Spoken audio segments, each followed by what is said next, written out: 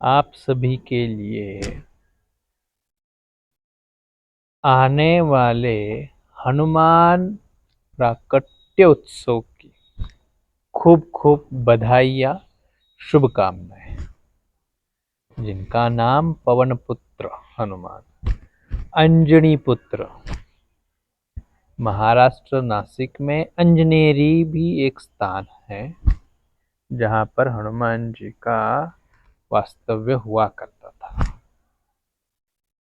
और हम आज विशेष खास उन लोगों के लिए यह वीडियो दे रहे हैं जिनके जीवन में शनि भगवान की साढ़े सती है, शनि भगवान की वक्रीय दृष्टि है, शनि भगवान की छोटी मोटी पनौती है, अन्य इस प्रकार की जो भी समस्या है उनके लिए इस दिन भगवान हनुमान जो है, इनके उपाय क्या है वो हम आपको बताने जा रहे हैं। खासकर सर्वप्रथम और एक बात हम जरूर बताएंगे कि जब कभी हनुमान जी की पूजा उपासना करना है, मंदिर में जाने की बात आती है, तो शनिवार ही क्यों बताया जाता है, तो इसका भी हम आपको विश्लेषण करेंगे। फिर हम आगे और भी आपको बातें बताने वाले हैं। वीडियो के अंत तक आपको और भी ऐसी बहुत बहुत ऐसी जानकारियां, वास्तविकता, सत्यताएं आपको सुनने के लिए मिलेगी। अब आपको सुनना क्या है वो आप सोचना है, आपको समझना है, वास्तविकता के तरफ जाना है तो इस वीडियो के ऊपर ध्यान देंगे। बहुत से लोगों के वीडियो में लाइक्स भी मिल रहे हैं। श्री धाम आश्रम का जो चैनल चल रहा है वो भी बड़ा तेजी से फैल रहा है, देश विदेश के लोग भी देख रहे हैं और भक्तों की भी भीड़ लगी है अब तो दुनिया भर की, उनका वर्णन नहीं है। परंतु हम उन्हीं लोगों के लिए ये पहुंचाया जा रहा है जो श्रीधाम आश्रम परिवार से जुड़े हैं और वास्तविकता को समझना चाहते हैं, जानना चाहते हैं, उन्हीं के लिए।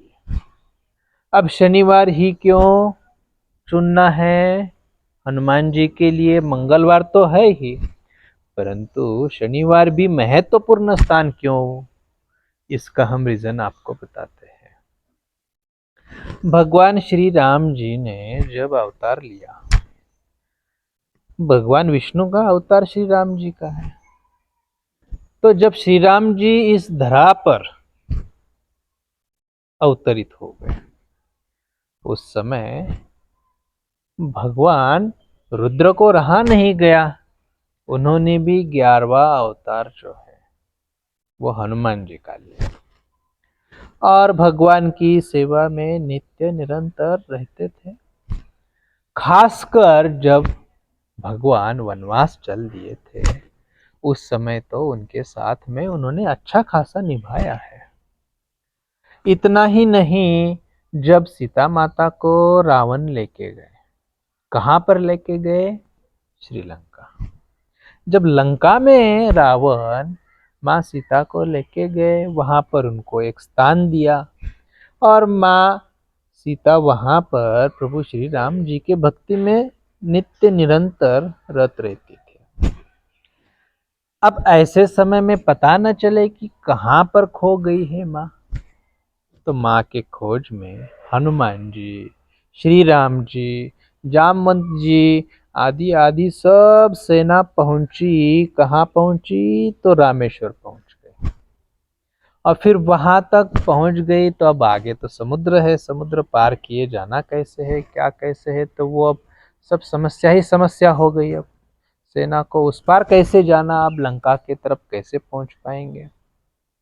तो अब पता चल गया है, जामवंत जी ने हनुमान जी को याद दिलाई कि बाबा आप हवा में उड़ सकते हो, वो विद्या आपके अंदर है। जब जामवंत जी ने उनको ये याद दिलाया, सब कुछ हो गया, फिर हनुमान जी पहुंच गए। कहाँ पहुंच गए? कहाँ पहुंच गए? तो लंका पहुंच गए। अब लंका पहुंचने के बाद उन्होंने श्री राम जी का, प्रभु श्री राम जी का संदेश तो पहुंचा दिया है अभी रावण जी को कि बाबा आप सीता माता को लौटा दो, संधि कर लो, और बाकी सब क्षमा याचना आदि आदि ये वो सब तो चलता रहा। परंतु रावण का अहंकार इतना बड़ा था कि पूछो मत। इतना अहम भाव, इतना अहम भाव कि आप सोच नहीं सकते, इतना अहम भाव उनके अंदर आ गया। तो अहंकार कोई गलत बात नहीं है। ये प्रश्न हमने हमारे गुरुदेव से भी किया था कि गुरुदेव हमारे अंदर अहंकार खूब है। तो गुरुदेव ने कहा जिसके पास कुछ होगा तभी तो अहंकार होगा, जब किसी के पास कुछ होगा ही नहीं तो अहंकार कहां से आएगा। जब कुछ होगा तो अहंकार जागृत होगा। अब रावण के पास भी क्या था। अभी यहाँ खड़े खड़े अगर रावण याद करे तो महादेव को वहां सब पूरे काम धाम छोड़ के आना पड़े। इतनी बड़ी योग्यताएं तो रावण के पास थी। जब स्मरण करे तब उनको भगवान महादेव जी स्वयं प्रकट हो जाए। अब यहाँ पे तो जन्मों बीत रहे हैं, महादेव क्या परंतु नंदी भगवान भी नहीं दिखे। अब ऐसे रावण को अहंकार नहीं होना चाहिए, बिल्कुल होना चाहिए, हमारी भी सहमति है। रावण कोई गलत नहीं था। फिर रावण के जो आसन था, आसन ही नहीं, जहां वो श्री चरण रखते थे उसको हम रावण के श्री चरण कहेंगे, पैर नहीं कहेंगे, श्री चरण ही कहेंगे उनके भी। ताकि उतनी क्षमता थी, उन्होंने शनि भगवान को उनके श्री चरणों के नीचे केवल लेटाया नहीं था, उल्टा लेटा दिया था उनको। पीठ ऊपर, पेट जमीन पे, मुंह जमीन की तरफ उल्टा लेटा दिया था और उसके ऊपर वो उनके चरण रखते थे। इतनी योग्यताएं थी। अब जब वहां हनुमान जी पहुंच गए तो उन्होंने लंका में पहुंच के केवल प्रभु श्री रामचंद्र जी का संदेश ही नहीं पहुंचाया, बल्कि वहां से शनि भगवान को मुक्त करा दिया गया था। तो देखो कितना बड़ा कार्य किया है। जब किसी को प्यास लगी हो और उसको अगर आप पानी पहुंचा देते हो, पानी दे देते हो, तो कितना पुण्य का काम है ये, आप सोच लो। जब इतना बड़ा पुण्य का काम कर ही लिया है, पुण्य उसको पुण्य नहीं कहेंगे, अब इनको तो मुक्ति दिलाई है उनसे।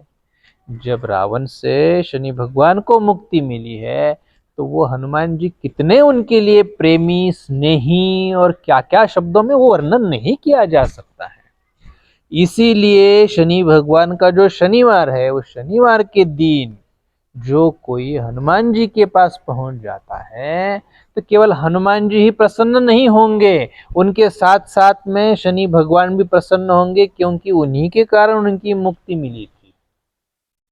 उन्होंने किए हुए कर्मों का एहसास उन्होंने रखा हुआ है शनि भगवान ने।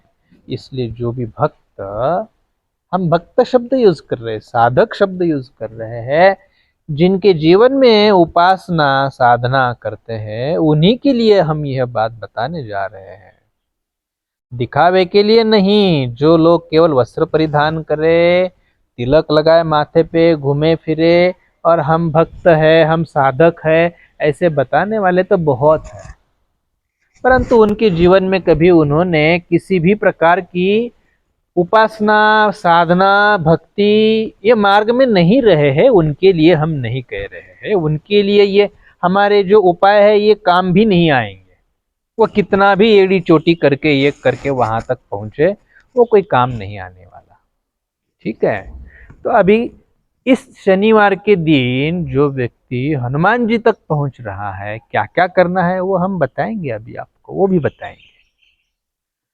अब प्राकट्य उत्सव के दिन भी क्या क्या करना है वो भी हम बताने जा रहे हैं। अब अच्छे से आप कागज पेन लेके उसको लिख सकते हैं। याद शक्ति स्मरण शक्ति है तो वो भी याद रहने से भी कोई दिक्कत नहीं, वो आप कर सकते हो। याद शक्ति स्मरण शक्ति बढ़ाने के लिए बादाम भिगा के खाए तो स्मृति बढ़ जाती है। क्यों बढ़ जाती है वो विस्तार से फिर कभी बताएंगे। अब बुद्धि स्मृति याद शक्ति ये सब अलग अलग विषय है, इसके ऊपर हम फिर कभी वीडियो बना देंगे, फिर आप तक पहुंचा देंगे वो भी ज्ञान। ये सब ज्ञान की बातें हैं। इसीलिए कहते हैं कि हम श्रीधाम आश्रम परिवार से जुड़े रहिए तो आपको इन सब वास्तविकता की बातों तक आप पहुंच पाओगे और वास्तविक ज्ञान के पास जाओ। परंपरा हमें नहीं चाहिए, परंपरा में अज्ञान छिपा हुआ, इसीलिए उसका नाम परंपरा है। अज्ञान का दूसरा नाम परंपरा है। वास्तविकता को कभी परंपरा नहीं कहा गया है। जहां परंपरा शब्द आया है उसका मूल खोजने का प्रयास करोगे नहीं मिलेगा आपको, इसीलिए परंपरा है। वास्तविकता जो सत्यता है उसको परंपरा कहा ही नहीं जाएगा, उसको तो वास्तविकता कहा जाएगा। अब हमें करना क्या है? शनिवार के दिन भगवान हनुमान जी का प्राकट्य उत्सव जो मनाना है, तो किस प्रकार मनाना है, क्या करना है, कैसे करना है, उस दिन भगवान हनुमान जी कैसे प्रसन्न होंगे, ये भी हम बताने जा रहे हैं। अब आपको करना क्या है? उस दिन भगवान पीपल का जो अश्वत्थ वृक्ष जो है उसके पत्ते आप तोड़ के ले आओगे। अब पिपलाद जी ऋषि जी की वो भी बड़ी कथा है, हमने माँ नर्मदा जी के जो परिक्रमा करते समय उसके ऊपर भी वीडियो बनाया हुआ है, आप उसमें से वो खोज के वो कथा सुन सकते हो। पीपल के ही पत्ते क्यों लाना है?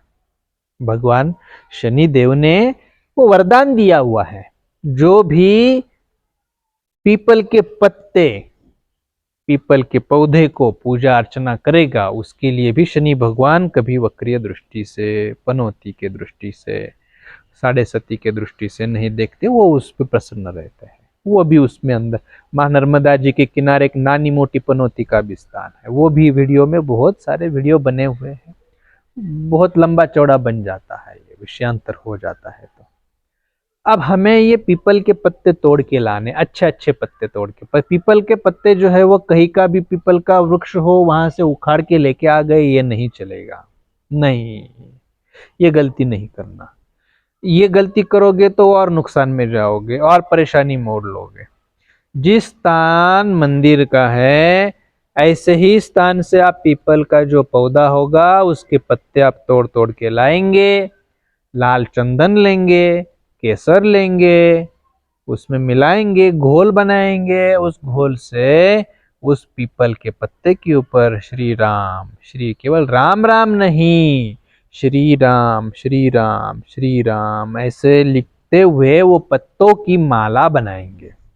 अब पत्ते सुई और धागे से पिरोना नहीं है, धागे से उस पत्ते का जो आगे का जो लकड़ी का हिस्सा होता है उसको बांधना है, डंटल को, पत्ते का जो ऊपर डंटल आता है उस डंटल को बांध के माला बनानी है, एक एक गांठ बांधनी है। वो माला बना दी। अब स्त्रियां तो हनुमान जी के मंदिर तक पहुंच सकती है पर भगवान हनुमान जी को स्पर्श नहीं कर सकते, तो वो क्या करेंगे? ऐसी माला तो बना सकते हैं, बनाने के लिए कोई मना नहीं है। बनाकर अपनी मनोकामना बोले, कोई परेशानी है, कोई समस्या है, कोई शत्रु है, इस प्रकार की बाधाएं हैं, तो वो लोग क्या करें? ऐसी मालाएं बनाए, प्रार्थना करे हनुमान जी को वो माला बनाते समय, और वो माला मंदिर के पास ले जाए, मंदिर तक पहुंच जाए, किसी पुरुष के हाथ में देके, बच्चे के हाथ में देके, पति के हाथ में देके, अपने जो भी आप्तेष्ट होंगे, परिजन होंगे उनके पास देके वो हनुमान जी को वो चढ़ाए, इससे उनको फायदा होगा। फिर दूसरा, आप पुरुषों ने क्या करना है? ये तो माताएं भी कर सकते और पुरुष भी कर सकते, जो पीपल के पत्तों का हमने बताया है। अब और भी एक है कि जिनके जीवन में बड़ा कष्ट है, कोर्ट कचहरियां हैं, विवादित झगड़े परिस्थितियां हैं, कोई काम नहीं हो रहे हैं, मानसिक परेशानी है, शारीरिक आर्थिक किसी प्रकार की समस्या है, तो वो क्या करेंगे? 11 लौंग लेंगे। जिस लौंग को ऊपर फूल है वही लौंग लेना है, कोई भी लौंग उठा के नहीं करना है। अच्छे अच्छे लौंग चुन चुन के निकालने हैं, उसको भी एक धागे में बांधना है, बांध बांध के उसकी माला बनाए। उस माला को फिर मंदिर में ले जाए और वहां उनको चढ़ाए। अब हनुमान जी का दर्शन कैसे करना है वो भी हमने पिछले कई वीडियो में बताया, फिर अभी छोटी एक लाइन में बता रहे हैं। हनुमान जी के सीधा दर्शन नहीं करना है, हनुमान जी के चरणों में जो एक श्री चरण ऊपर उठा हुआ है उसके नीचे भी किसी देवता का स्थान है, उस देवता के हमें दर्शन करने हैं।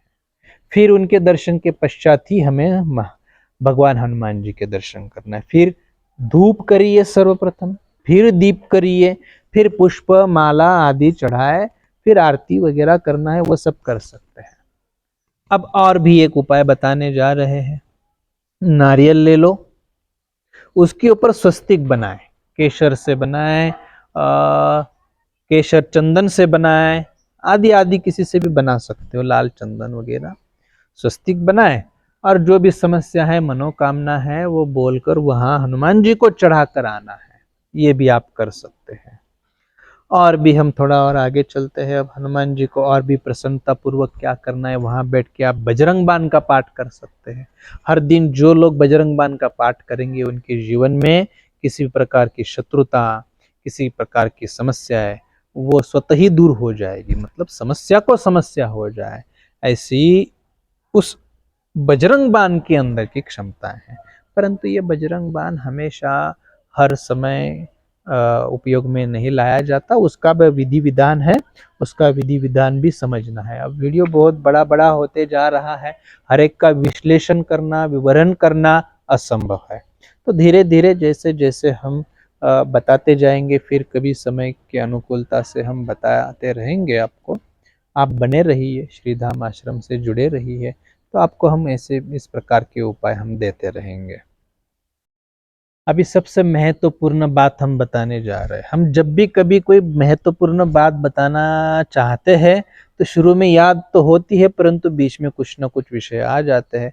फिर वो सब घूम फिर के जब आखिरी पूर्णाहुति का समय आ जाता है तब वो याद हो जाता है, अरे ये बात तो बताना भूल गए थे, अभी याद आ गया है। क्या याद आ गया है? कि हनुमान जी को सिंदूर नहीं चढ़ाओगे? चढ़ाना चाहिए ना। फिर वस्त्र तो चढ़ाने के लिए उनके पास तो एक लंगोटी तो चढ़ा देते हैं, कोई भी लंगोटी तो चढ़ा ही दो, परंतु पूरा उनको सिंदूर भी चढ़ाया जाता है। वो शुद्ध सिंदूर भी मिलना जरूरी है। शुद्ध सिंदूर कहीं से भी प्राप्त करे, चमेली का तेल प्राप्त करे और चमेली के तेल में ही आप उसको, चमेली के तेल में ही हमें उस सिंदूर को मिक्स करके मिलाकर फिर हनुमान जी को ऊपर से चढ़ाना है और उस भगवान को प्रार्थना करनी है। ये सबसे बड़ा कारगर इलाज है, तो आप इसको भी कर सकते हो। फिर तत्पश्चात आप मोतीचूर के जो लड्डू हैं अपनी क्षमता के अनुसार 1.25 किलो, उससे ज्यादा भी ले सकते हो, वो लेके उसका भोग हनुमान जी को लगाया जाए। उसके पीछे भी कारण है, मोतीचूर के लड्डू ही क्यों। अभी एक एक एक एक एक बताने जाएंगे तो बहुत समय लगेगा, अभी इतना ही काफी है। वो मोतीचूर के लड्डू ले लो। साथ साथ में हम बंदरों को चने की दाल, गुड़ ये मिलाकर भी खिला सकते हैं।